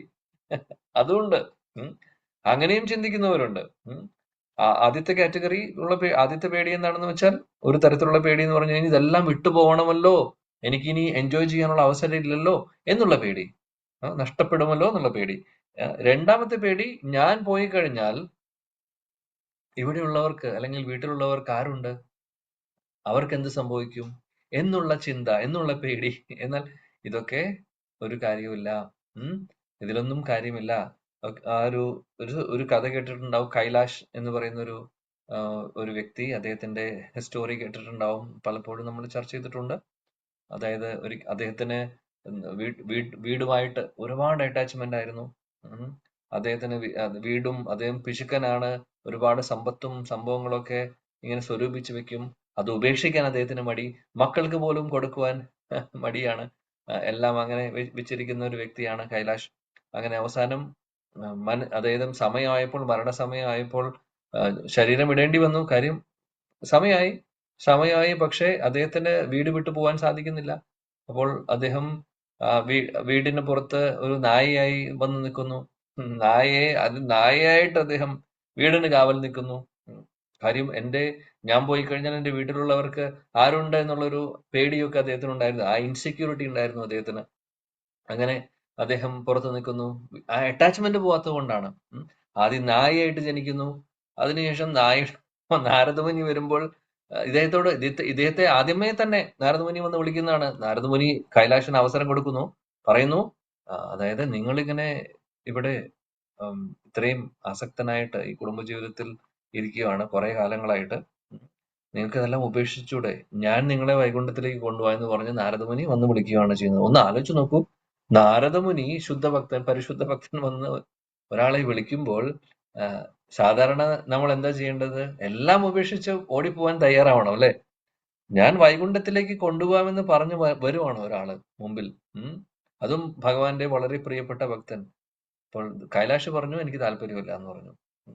അങ്ങനെ നാരദമുനിയോട് പറഞ്ഞു, കുറച്ചു കാലം കഴിഞ്ഞിട്ട് വരൂ, ഞാൻ കുറച്ചും കൂടെ ഉത്തരവാദിത്തങ്ങൾ ബാക്കിയുണ്ട്, കുറച്ചും കൂടെ കാര്യങ്ങളിൽ എന്റെ മക്കളെയും മറ്റുള്ളവരെ ഏൽപ്പിക്കാനുണ്ട്, അത് കഴിഞ്ഞിട്ട് ഞാൻ വരാം, ഇപ്പൊ ഞാൻ ഫ്രീ അല്ല, കുറച്ച് കഴിഞ്ഞിട്ട് വരാൻ പറഞ്ഞു. കുറച്ച് വർഷങ്ങൾ കഴിഞ്ഞിട്ട് വരാൻ പറഞ്ഞു. കുറച്ച് വർഷങ്ങൾ കഴിഞ്ഞ് വന്നപ്പോൾ കൈലാഷ് മരിച്ചു. നോക്കിയപ്പോൾ ഒരു നായ വല്ലാതെ കുരയ്ക്കുന്നുണ്ട്. അപ്പോൾ നായയായിട്ട് കൈലാശിന് ഒരു ശരീരം കിട്ടിയിരിക്കുകയാണ് ഇപ്പോൾ. അപ്പൊ നാരദമുനിക്ക് മനസ്സിലായി. നാരദമുനി ചോദിക്കുമോ, നാരദമുനി നായെ കുരയ്ക്കുന്ന കാണുമ്പോൾ അടുത്തു പോകും, എന്താണെന്ന് മനസ്സിലാവില്ല. അപ്പോഴാണ് മനസ്സിലാവുന്നത്, നായ സംസാരിക്കും നാരദമുനിയോട്, ഇത് ഞാൻ തന്നെയാണ്, നേരത്തെ ഈ വീടിന്റെ ഗൃഹനാഥനായിരുന്ന കൈലാഷ് തന്നെയാണ് ഞാൻ. ഇപ്പോൾ നായയുടെ ശരീരമാണ്, ഞാൻ മരിച്ചപ്പോൾ എനിക്ക് കിട്ടിയ ശരീരമാണ്. അപ്പോൾ നാരദമുനി പറഞ്ഞു, വലിയ കഷ്ടമായി, ഞാൻ അന്നേ വിളിച്ചതാണ് നിങ്ങളെ, വരായിരുന്നില്ലേ? അപ്പോൾ കൈലാഷ് പറഞ്ഞു, ശരിയാണ്, അങ്ങ് അന്ന് വിളിച്ചു, എനിക്ക് അതിനുള്ള സമയമായിട്ടുണ്ടായിരുന്നില്ല, അതായത് എനിക്ക് തോന്നുന്നുണ്ടായിരുന്നില്ല, കുറച്ചും കൂടെ റെസ്പോൺസിബിലിറ്റീസ് ഉണ്ടായിരുന്നു. അപ്പൊ നാരദമുനി പറഞ്ഞു, ശരി എന്താണെങ്കിലും കുഴപ്പമില്ല, സംഭവിക്കേണ്ടത് സംഭവിച്ചു, ഞാൻ വീണ്ടും വന്നിരിക്കുകയാണ് നിങ്ങളെ ഒന്നും കൂടെ വിളിക്കാൻ വേണ്ടി. ഇപ്പോൾ പോരുന്നോ എന്ന് ചോദിക്കും. അപ്പോൾ നായായിട്ടുള്ള കൈലാഷ് പറയുന്നു, ഇപ്പോഴും കുറച്ചും കൂടെ കാര്യങ്ങൾ എനിക്ക് ബാക്കിയുണ്ട് ഇവിടെ. കാര്യം ഒരുപാട് സമ്പത്തുണ്ട് വീടിനകത്ത്, ഞാനെല്ലാം സേവ് ചെയ്ത് വെച്ചിട്ടുണ്ട്. ഇനി ഞാനിവിടെ ഇല്ലെങ്കിൽ അത് പല ആളുകളും കള്ളന്മാരും ഒക്കെ നോട്ടമുണ്ട്, അവരൊക്കെ വന്ന് കൊണ്ടുപോയി കഴിഞ്ഞാലോ എന്താണെന്ന് അറിയില്ല എന്നൊക്കെ പറഞ്ഞ് എനിക്ക് കുറച്ചും കൂടെ സമയം വേണം. അതിന് നാരദമുനി അങ്ങ് കുറച്ചും കൂടെ കഴിഞ്ഞ് വരൂ, കുറച്ചും കൂടെ വർഷങ്ങൾ കഴിഞ്ഞ് വരൂ, ഞാൻ അപ്പോൾ വരാം, കൂടെ വരാം എന്ന് പറഞ്ഞു. നാരദമുനി തിരിച്ചു പോകുന്നു. അത് കഴിഞ്ഞ് കുറച്ച് വർഷങ്ങൾ കഴിഞ്ഞപ്പോൾ വീണ്ടും നാരദമുനി, ഒന്ന് ആലോചിച്ച് നോക്കണം, നാരദമുനിയെ പോലെ ഒരു സാധു എത്ര പ്രാവശ്യമാണ് വരുന്നത് ഒരാളുടെ അടുത്ത്. എന്നിട്ട് അദ്ദേഹത്തിന് മനസ്സിലാവുന്നില്ല. കുറച്ചു കഴിഞ്ഞപ്പോൾ അവിടെ മക്കളൊക്കെ ഏകദേശം മക്കളെല്ലാവരും വലുതായി, അവര് അങ്ങനെ ഇരിക്കുന്ന അവസ്ഥ. അപ്പോൾ അപ്പോൾ കൈലാഷ് അതായത് നാരദമുനി വന്നപ്പോൾ നായയെ നോക്കി, നായയെ കാണുന്നില്ല. നായ ഇല്ല അവിടെ.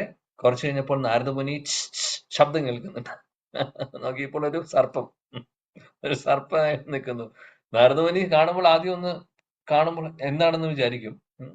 അപ്പോൾ സർപ്പം സംസാരിക്കും, എന്നിട്ട് പറയും, ഞാൻ തന്നെയാണ് നേരത്തെ കൈലാഷ് തന്നെ നായയായി, ഇപ്പോൾ ഞാൻ സർപ്പമാണ്, ഈ ശരീരത്തിലാണ് ഇരിക്കുന്നത്. നാരദമുനിക്ക് അത്ഭുതമായി, ചോദിച്ചു, എന്താണ് നിങ്ങൾ ചെയ്യുന്നത്? അന്നേ ഞാൻ വിളിച്ചതല്ലേ, വരാത്തത് എന്താണ്? അപ്പോൾ ഇദ്ദേഹം പറയുന്നു, കുറച്ച് കാര്യങ്ങൾ അന്നുണ്ടായിരുന്നു, ഇന്ന് വരുന്നോ എന്ന് ചോദിക്കും. അതേ ഉത്തരം തന്നെയാണ് പറയുന്നത്. എന്താണ് പറയുന്നത്? ഇവിടെ കുറെ സമ്പത്തുണ്ട് ഞാൻ സ്വരൂപിച്ചിട്ടുള്ളത്, അതെല്ലാം പല ആളുകളും ഇവിടെ നോട്ടമിട്ട് നിൽക്കുന്നുണ്ട്. അപ്പോൾ ഞാനൊരു പ്രൊട്ടക്ഷൻ ആയിട്ട് നിൽക്കുവാണ്. ആരെങ്കിലും എന്റെ വീട്ടിലുള്ള സമ്പത്തൊക്കെ കൊണ്ടുവന്ന് നോക്കി കഴിഞ്ഞാൽ ഞാൻ അവരെ ആക്രമിക്കും, പാമ്പായിട്ട്. നാരദമുനി ഒന്നും പറയാതെ നാരദമുനി പറഞ്ഞു, നിങ്ങൾക്ക് ഇനി ഞാൻ എന്താ ചെയ്യേണ്ടത്? ഞാൻ ഇത്രയും ഞാൻ വന്ന് വിളിച്ചു, നിങ്ങൾക്ക് വരാൻ പറ്റിയില്ല. അപ്പോൾ ഇതാണ് അവസ്ഥ. അപ്പോൾ ഈ ഒരു സ്റ്റോറി വളരെ ഫേമസ് ആണ്, പക്ഷെ ഈ സ്റ്റോറി നമ്മളെ ഒരുപാട് കാര്യങ്ങൾ പഠിപ്പിക്കുന്നു. അതായത് സമയം ആയി കഴിഞ്ഞു കഴിഞ്ഞാൽ, അല്ലെങ്കിൽ സമയം ഇപ്പോഴാണ് സമയം, അല്ലാതെ നാളെയല്ല. നാളേക്ക് വേണ്ടി മാറ്റിവെക്കാൻ പറ്റുന്ന കാര്യങ്ങളല്ല ഇതൊക്കെ. ഭക്തിയുത സേവനങ്ങൾ, ഭഗവത് സേവനങ്ങൾ, ഭക്തി എന്ന് പറയുന്നത് പ്രായമായി പല്ലെല്ലാം പോയി ഓർമ്മയില്ലാത്ത സമയത്ത് ചെയ്യേണ്ടതല്ല, ഇന്ന് ചെയ്യേണ്ടതാണ്. എപ്പോൾ നമ്മൾ ആരോഗ്യത്തോടു കൂടി ഇരിക്കുന്ന സമയം മുതൽ ചെയ്യേണ്ട ഒരു കാര്യമാണ്.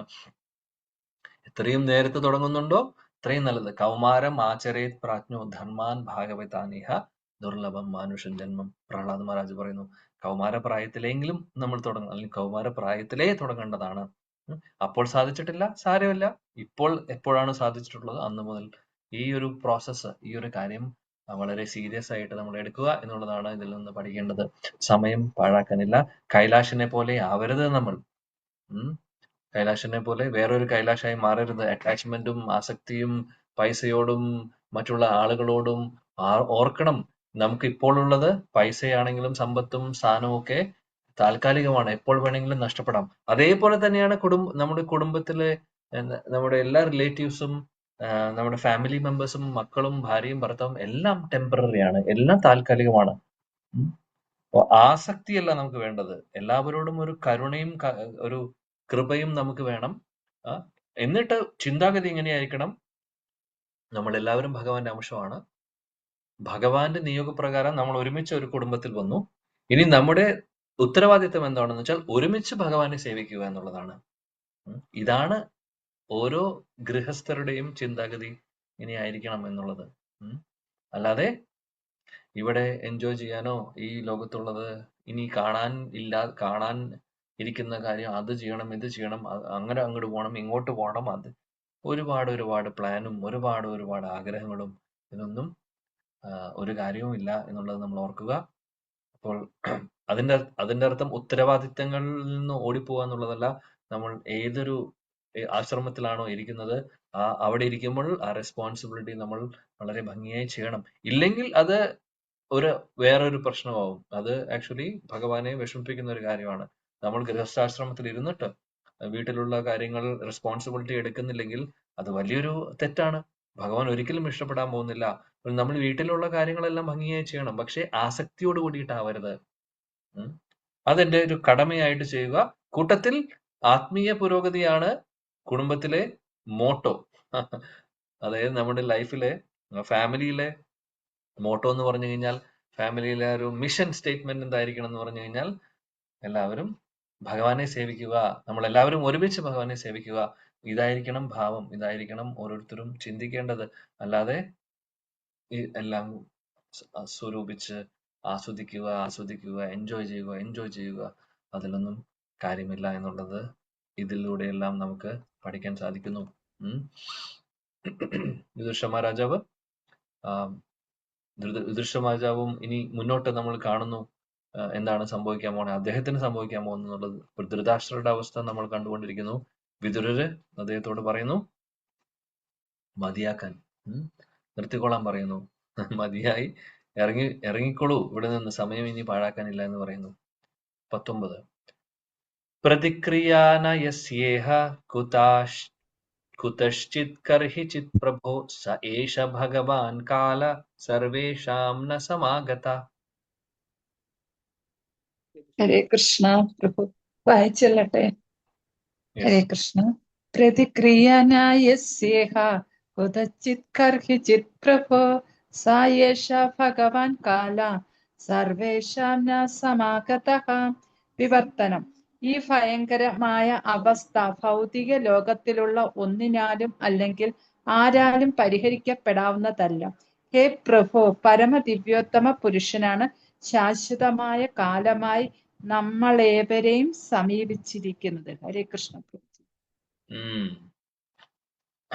ഈ മരണം എന്ന് പറയുന്നത്, കാലം എന്ന് പറയുന്നത്, സമയം എന്ന് പറയുന്നത് ഭഗവാനാണ്. അഹം കാലോസ്മി ഭഗവാൻ പറയുന്നുണ്ട് ഭഗവത്ഗീതയിൽ.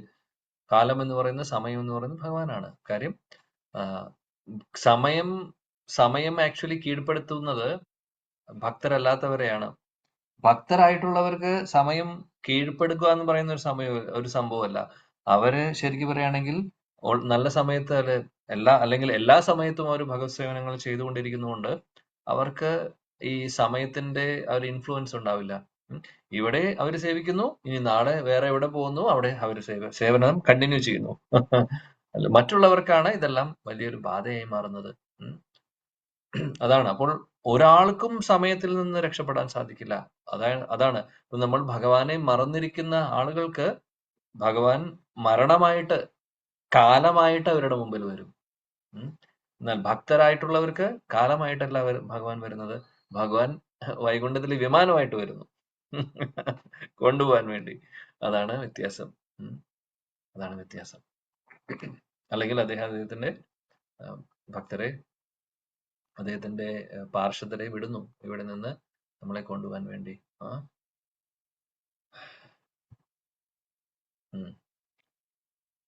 പ്രഭാത ഭാവത്തിൽ പറയുന്നു കാലത്തെക്കുറിച്ച്. മൃത്യു സർവഹരശ്ചാഹം എന്ന് പറയുന്ന ശ്ലോകം ഇവിടെ ഭഗവത്ഗീതയിൽ നിന്ന് അദ്ദേഹം കോട്ട് ചെയ്തിട്ടുണ്ട്. 10:34 അവിടെ പറയുന്നു, ഭഗവാൻ പറയുന്നുണ്ട്, ഞാൻ മരണമായിട്ട് ആളുകളുടെ മുമ്പിൽ വരുമെന്നുള്ളത്. നമുക്കറിയാം. കാര്യം നേരത്തെ പറഞ്ഞു, അത് സാധാരണ ആളുകൾക്ക് ഇത് എഫക്റ്റ് ഉണ്ടാവില്ല. നമ്മളെ പോലുള്ള അല്ലെങ്കിൽ ഭക്തിയുത സേവനങ്ങൾ ചെയ്യുന്നവര് അവര് രക്ഷപ്പെടും, അല്ലാത്തവരുടെ കാര്യം ബുദ്ധിമുട്ടാണ്. പിന്നീട് ഇവിടെ പ്രഭുപാദ് പറയുന്നു, ആർക്കും മരണത്തെ ചെറുത്തു നിൽക്കാൻ സാധിക്കില്ല. ഹിരണ്യകശിപു അദ്ദേഹത്തിന്റെ ആഗ്രഹമായിരുന്നു അദ്ദേഹം അമരനാവണമെന്നുള്ളത്, അല്ലെ? പക്ഷെ സാധിച്ചുവോ? ഇല്ല. ബ്രഹ്മാവിനോട് ചോദിച്ചു, വരം ചോദിച്ചു. ബ്രഹ്മാവ് പറഞ്ഞു, എന്നെ കൊണ്ട് സാധിക്കില്ല, എനിക്ക് പോലും മരണമുണ്ട്, എനിക്ക് അങ്ങനെയുള്ള വരം തരാൻ സാധിക്കില്ല എന്നുള്ളത്. അപ്പോൾ നമ്മൾ ഓർക്കുക, ആ ബ്രഹ്മ ഭുവനാലോകെ പുനരാവർത്തിനോ അർജുന മാം ഉപേത്യതു കൗന്ദയ പുനർജന്മന വിദ്യത്തെ. ഭഗവത്ഗീതയിൽ ഭഗവാൻ പറയുന്നുണ്ട്, ബ്രഹ്മ ലോകം മുതൽ താഴെയുള്ള ലോകത്തിലെ എല്ലാവരും ഈ ജന്മ മരണ ചക്രത്തിൽ കറങ്ങിക്കൊണ്ടിരിക്കുന്നു.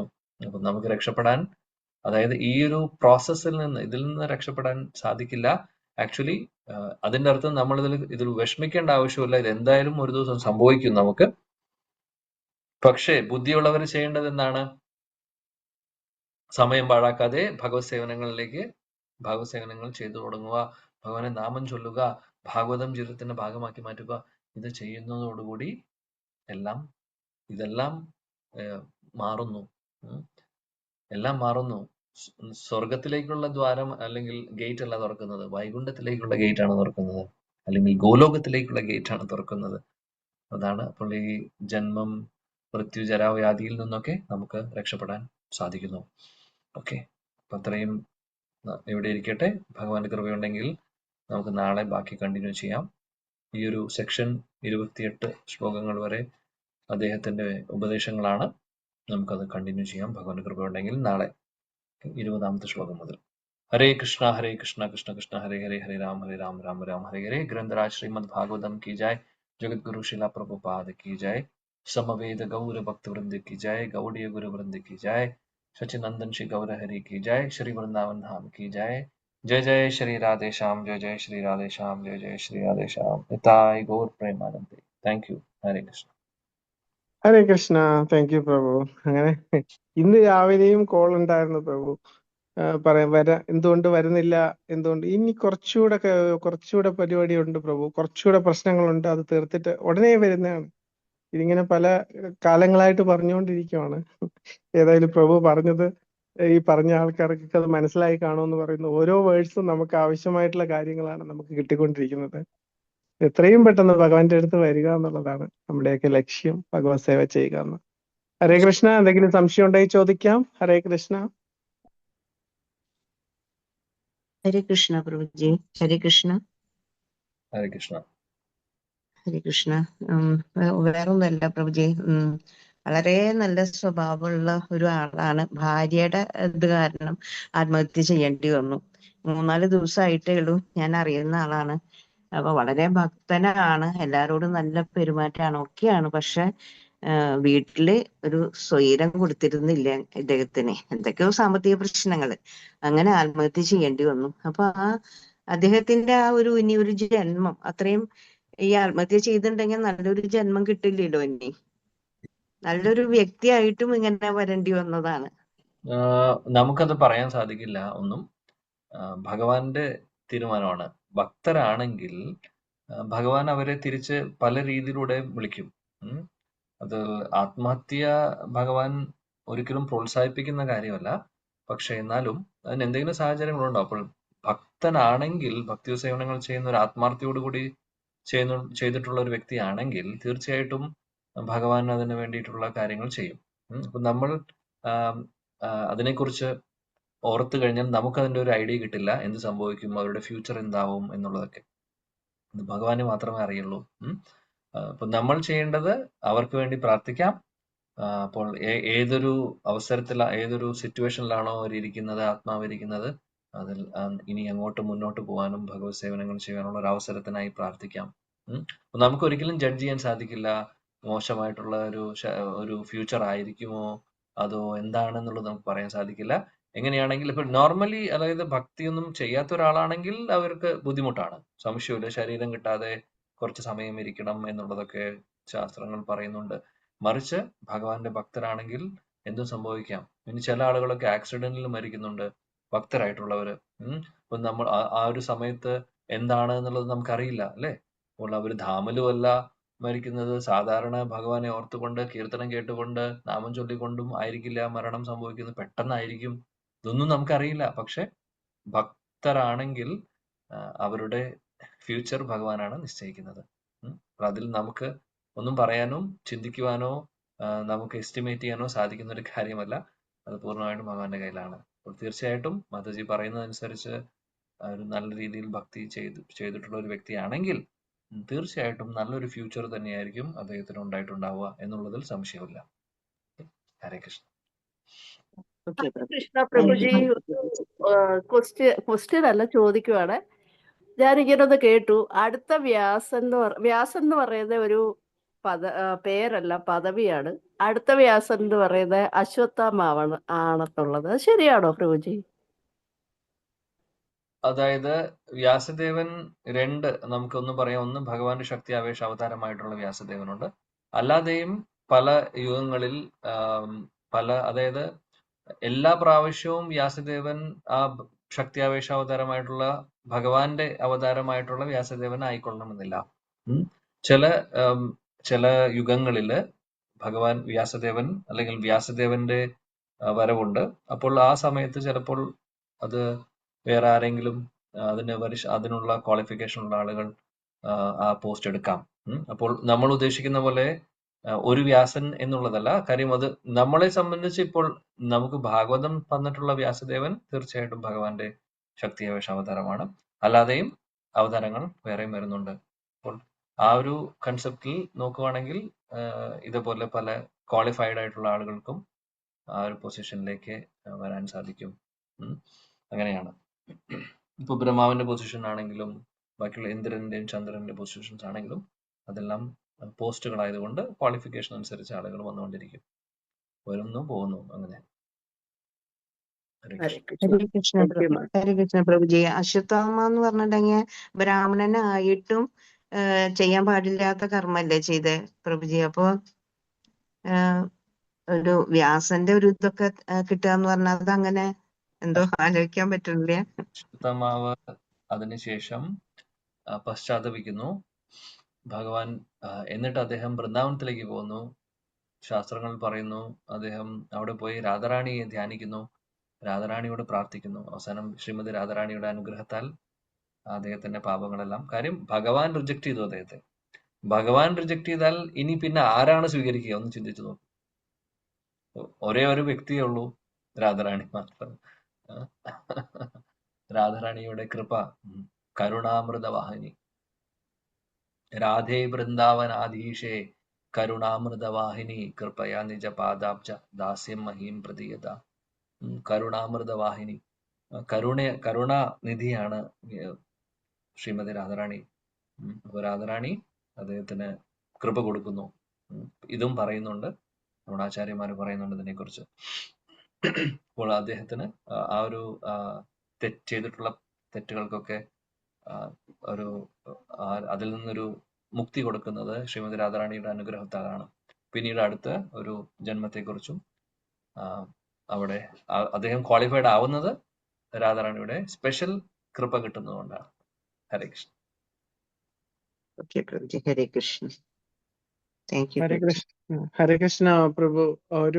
ഒരു വ്യക്തി ഉണ്ടായിരുന്നു, പുള്ളി സ്പിരിച്വൽ കാര്യം അത്ര ആക്റ്റീവ് അല്ലായിരുന്നു. പക്ഷെ ആക്സിഡന്റ് മരിച്ചു. പക്ഷെ ആ വ്യക്തിയുടെ അച്ഛനും അമ്മയും ഡിവോട്ടീസ് ആയിരുന്നു.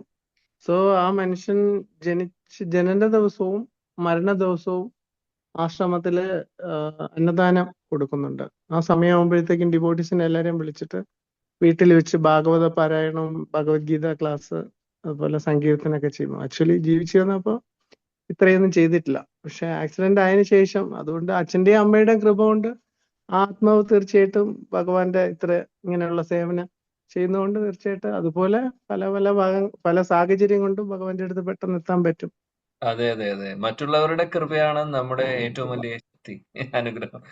നമ്മുടെ സാധനയേക്കാൾ കൂടുതൽ നമ്മളെ സഹായിക്കുന്നത് വൈഷ്ണവരുടെ കൃപ, വൈഷ്ണവരുടെ അനുഗ്രഹമാണ്. അപ്പോൾ തീർച്ചയായിട്ടും ഇതെല്ലാം ബൂസ്റ്റുകളാണ്. അപ്പോൾ അച്ഛനും അമ്മയും ചെയ്യുന്നതിന്റെ ആ ഒരു സുകൃതി മകന് കിട്ടുന്നു. ഇപ്പൊ എവിടെയാണെങ്കിലും ആത്മാവ് എവിടെയാണെങ്കിലും അവർക്ക് ആ സ്പിരിച്വൽ ക്രെഡിറ്റ് കിട്ടിക്കൊണ്ടിരിക്കുകയാണ്. പിന്നീട് പ്രഭു പറഞ്ഞ പോലെ ഭഗവാന്റെ അടുത്തേക്ക് പോകാനുള്ള ചാർജും ആ ഒരു പുഷും ഒക്കെ കിട്ടിക്കൊണ്ടിരിക്കുകയാണ്.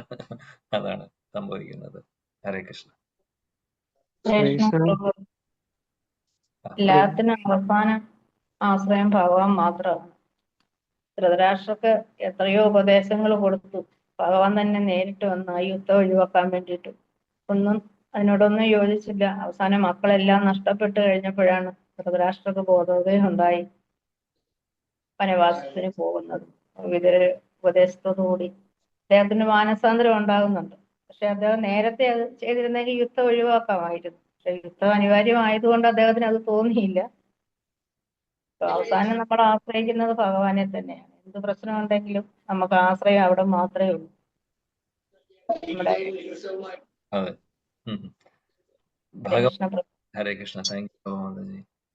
ഭഗവാന്റെ കാര്യം എപ്പോഴും ഇങ്ങനെയാണ്. അതായത് നമ്മളൊരു ഗൂഗിൾ ഒരു സ്ഥലത്തേക്ക് യാത്ര പോകുമ്പോൾ വഴി അറിയാതെ വരുമ്പോൾ നമ്മൾ ഗൂഗിൾ മാപ്പ് ഇടുന്നു അല്ലെ?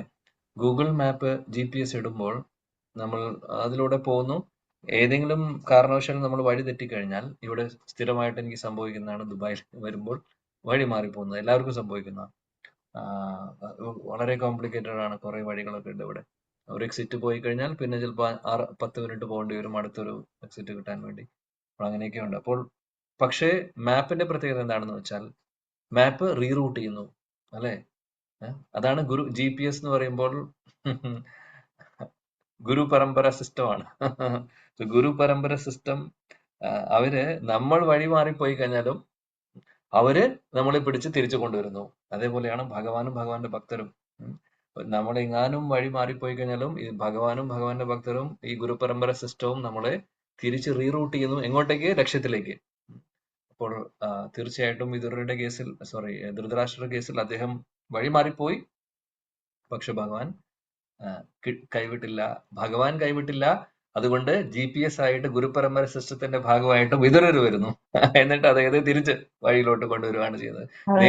നേരിട്ട് ഭഗവാൻ ഉപദേശിക്കാൻ പോയി, അദ്ദേഹത്തിന് കേൾക്കാൻ പറ്റിയില്ല, വഴി മാറിപ്പോയി. എന്നാൽ GPS ആയി ആര് വരുന്നു? വിദുരർ വരുന്നു. ഹരേ കൃഷ്ണ. Thank you. ഹരേ കൃഷ്ണ.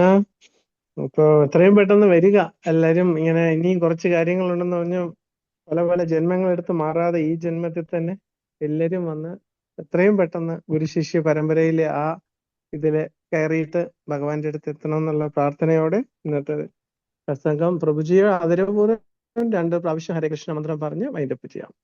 ഹരേ കൃഷ്ണ ഹരേ കൃഷ്ണ രാമ രാമ രാമ ഹരേ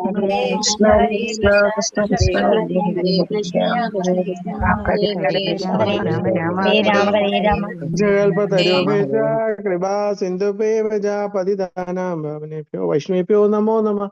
अनेक कोटि वैष्णव वृंद की हरिनाम संकीर्तन यज्ञ के हरे कृष्ण महामंत्र के श्रील प्रभुपाद की जय. श्री आनंद पद्मनाभ स्वामी की जय. हरे कृष्णा. प्रभु जी दंडवत प्रणाम. राधे राधे. हरे कृष्ण. Thank you.